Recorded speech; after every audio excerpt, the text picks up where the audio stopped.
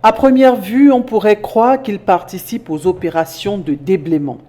En réalité, ces jeunes recherchent du fer, du bois ou tout autre matériau encore récupérable pour le revendre. Sur ce site dévasté, chacun essaie de tirer quelque chose des décombres.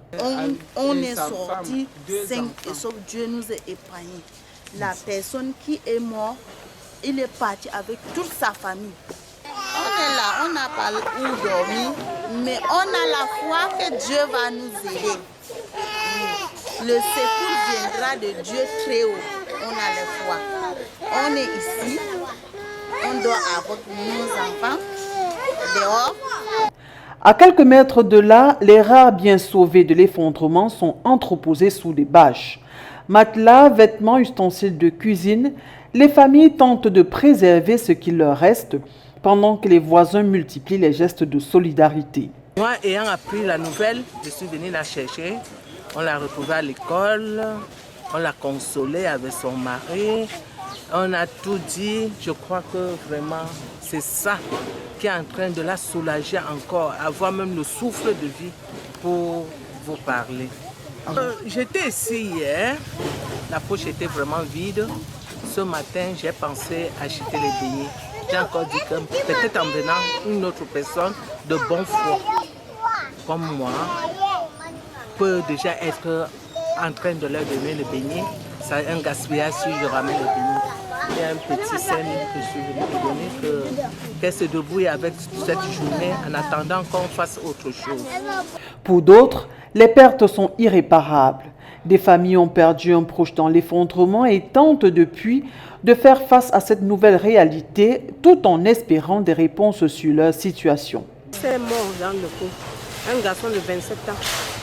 À la dernière minute qu'on a retiré les corps là, au moment où les camions étaient en train de bâcher la terre, un dernier camion est venu quand le cathédrale voulait déjà sortir. Il a dit ouais, pardon, bâche-moi avant de sortir. C'est comme si c'est Dieu qui voulait qu'on soit le corps de l'enfant là. On a tout fouillé, on ne voyait pas, on savait que c'est fini. Dès qu'il a envoyé la pioche pour puiser la terre comme ça, il puisait l'enfant. C'est là qu'on a vu qu'il y avait encore un dernier corps qui était dans le sol. On a seulement retiré, allé mettre à la mort. 2 jours après, où est-ce que vous dormez? Je dors dans la rue, à côté des garages là. Tous ceux qui ont survécu, ils dorment partout. D'autres dorment, les enfants dorment dans les salles de classe, ici à l'école, parce que c'est les vacances. Il n'y a personne là. Les enfants dorment que là-bas. D'autres dorment là-bas devant le dépôt. Partout, partout. Ils n'ont pas là où dormir. Moi, je n'ai pas là où dormir. Voilà mes choses. Si vous regardez bien, voilà mes choses là-bas. Le maire est passé là. On m'a dit que voilà le maire. Donc, il était en groupe avec ses éléments. Après, il est entré dans le terrain. Après, il est ressorti. Après, il est parti. Il est venu me voir.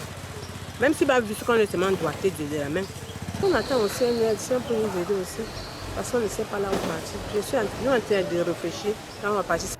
Au-delà de la détresse des sinistrés, le drame relance également les interrogations sur l'état de certains bâtiments de la capitale économique et sur les signes qui auraient pu alerter avant la catastrophe.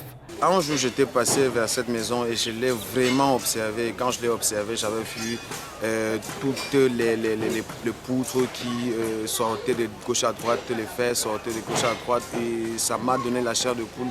C'est comme si ça m'avait donné une sorte de pressentiment que bientôt cette maison allait tomber. Mais je me suis dit que c'est juste une sorte de pressentiment. En fait, j'avais ressenti ça. Le 11 juillet dernier, un immeuble s'est effondré à Bounamoussadi dans le 5e arrondissement de la ville de Douala. Le bilan officiel fait état de 7 morts. 48 heures après le drame, les sinistrés continuent de vivre entre les gravats, l'entraide des riverains et l'attente de solutions. Coucou, je suis Antoinette Pulchéry à Tangana. Je viens vous parler de la chaîne Cameroun 24 TV.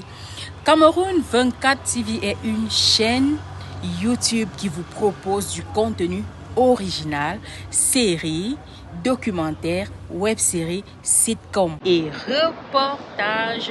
Alors, je vous invite à vous abonner à la chaîne TV Cameroun 24 parce que après il y aura plusieurs surprises.